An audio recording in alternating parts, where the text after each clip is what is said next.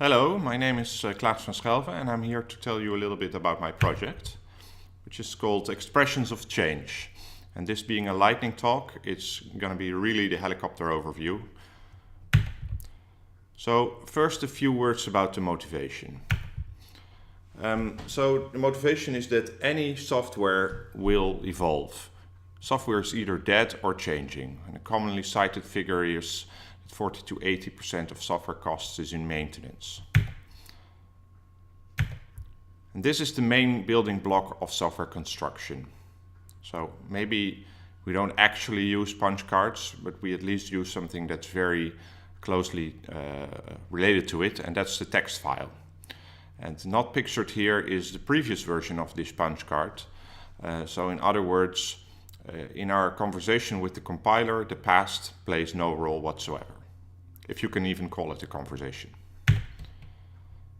Of course, the counter argument would be we already have a separate solution for historic information, and it's called Git. And I've pictured Git here. So if you discover an important design goal when the product is already done, you have to deal with it externally. And that is, you need to bolt it on. So modern buildings have integrated fire escapes. What does it mean for the subject at hand? What does it mean for our design goal of tracking change? Well, that's what Expressions of Change is about. It's about the question, what if we designed a programming environment from the ground up with the goal of supporting program modification? And our approach is the following, to answer the question directly by saying we will make the modifications to programs into the basic building blocks of program construction. So the first step is to formalize what program modification is, and then we make a program modification into the universal interface for all our tools in the programming toolchain. And the first step is to actually design such a formalism for modification. So it's basically to answer the question, what does reified program modification look like? What is a good language for meaningful expression of modification? And then the next step after that is to just record everything in terms of that vocabulary and to see where that leads us. So far it's been very promising, but we by no means have all the answers yet. That's kind of depicted here with this GNOME's reference from South Park. So the idea is, if it's a good idea, the precise payoff will become clear at some point. So in terms of implementation, the first step is to build an editor. And by definition, we can't use an off-the-shelf text editor. Off-the-shelf text editors produce text, and we're not looking for text, we're looking for structured information about modification to programs. So we built an editor ourselves that does indeed that. And the status is basically that we have a very simple prototype for this. And the second focus is to create some programming languages that build on these modifications. So if the editor is the site that creates modifications as outputs, programming languages take modifications as inputs. It's kind of the profit from the earlier slide. So this is about reaping the benefits. And we can distinguish at least two ways to approach this. So two ways to use all this historic information. And the first approach is to use it at the level of the tooling. So you just take any regular language and make all its tooling include the historic perspective. So for example, if you have a language which has some static analysis, then you turn that static analysis into a form that takes the historic information into account as well. And this is an area where we've actually achieved quite some results. More on that in a bit. And the second level at which you can use this historic information is to make the changes, make the modifications available as primitives inside the programs themselves. So that is, to do metaprogramming, but not just metaprogramming on programs, but metaprogramming at the level of the program's history.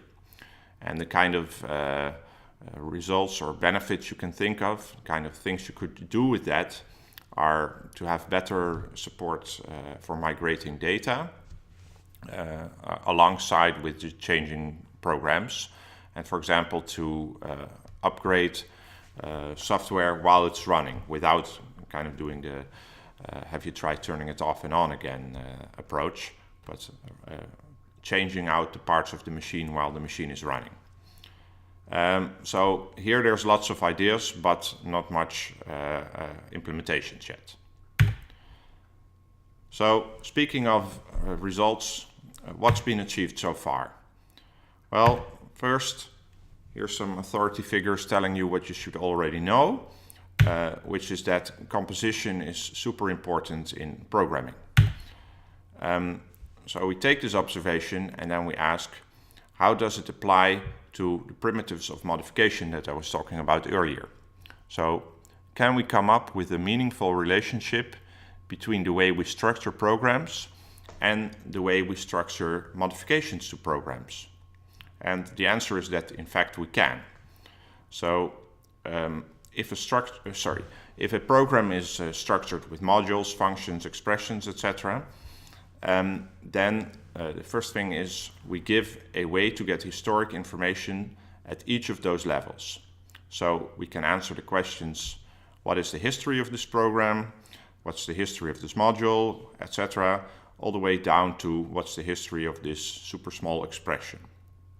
And moreover, we get a way to see how the histories relate at the different levels.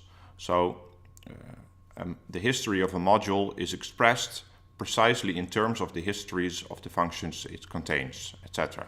History of a function is expressed in terms of the histories of the expressions that it contains. And the second result is about static analysis. So this is actually a result on the consuming side, on the language side. So static analysis is doing analysis about programs without actually running them. So for example, type checking or checking what unused variables are, etc. And of course, those things are generally useful in helping the programmer identify potential errors before running the program, so as soon as possible. But given that we have a complete history of the program available in a structured form, we can add a complete dimension to any static analysis that we already have. And the dimension that we're adding is the dimension of time. So the reason to do that would be that in addition to getting information about where something went wrong, you'll get information about when it went wrong.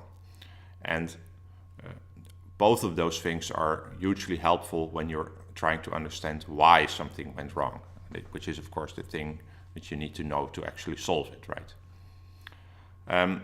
And this is something we actually get for free. If you just have a lot of modification information available, then you can just rerun your static analysis all the time. And then you get this information about when it went wrong for free. But that naive approach is very inefficient, and luckily more efficient approaches are also available and have in fact been implemented to some degree. So briefly, what are the upcoming plans? And roadmap here is in air quotes, because these are just some general plans, certainly subject to change. So the present version of the editor is very much a prototype. It's the kind of prototype that's useful mostly for its creator, which is me. And the next level would be to have something that's more generally usable by the general public. And another thing that's in my mind is to do awesome visualizations. So the idea is that we're adding this whole dimension of time, and the key word here is the word dimension. So if you're having a full dimension available to you then you can use that to do awesome visualizations about what changed. Rather than doing things in 2D, you can do them in 3D. And there's also trying to do semantic visualization. So you can try to visualize what is the meaning of this variable across time, that kind of stuff.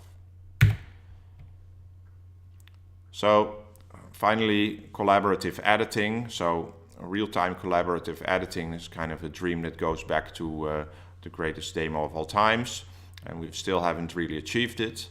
And the reason I think we have a shot at it is that in our approach, we have this structured modification available at all times. So, well, the basic idea is if version management is awesome and it has a 1 hour commit frequency, what happens if you take a similar approach but do 1 second granularity? Well, might pay off. And there's also plenty of challenges. So the editor is very restrictive in comparison to like general text editing. By definition, we want to structure what modification is available to the programmer, but we need to do it in a way that allows the programmer to still express themselves, and the editor needs to be usable enough. The second thing is that we collect all this historic information, but now that just creates a lot of stuff, and it's well, might be a problem in terms of performance perspective, but it's mostly a problem from the usability perspective. So we need ways to automatically clean up all this stuff if it turns out to be garbage. And finally, at present, everything is in the context of a Lisp. So everything is in context of S expressions, and that is a very, very minimal definition of program structure. So the question is, will the results extend to an area where there's more sophisticated definitions of syntax? Well, the demo is on the website. It certainly doesn't fit into the super high-level overview. And that's it. In general, there's more information on the project on the website, which is expressionsofchange.org. I certainly hope it was useful. And if you have any questions, find me in the hallways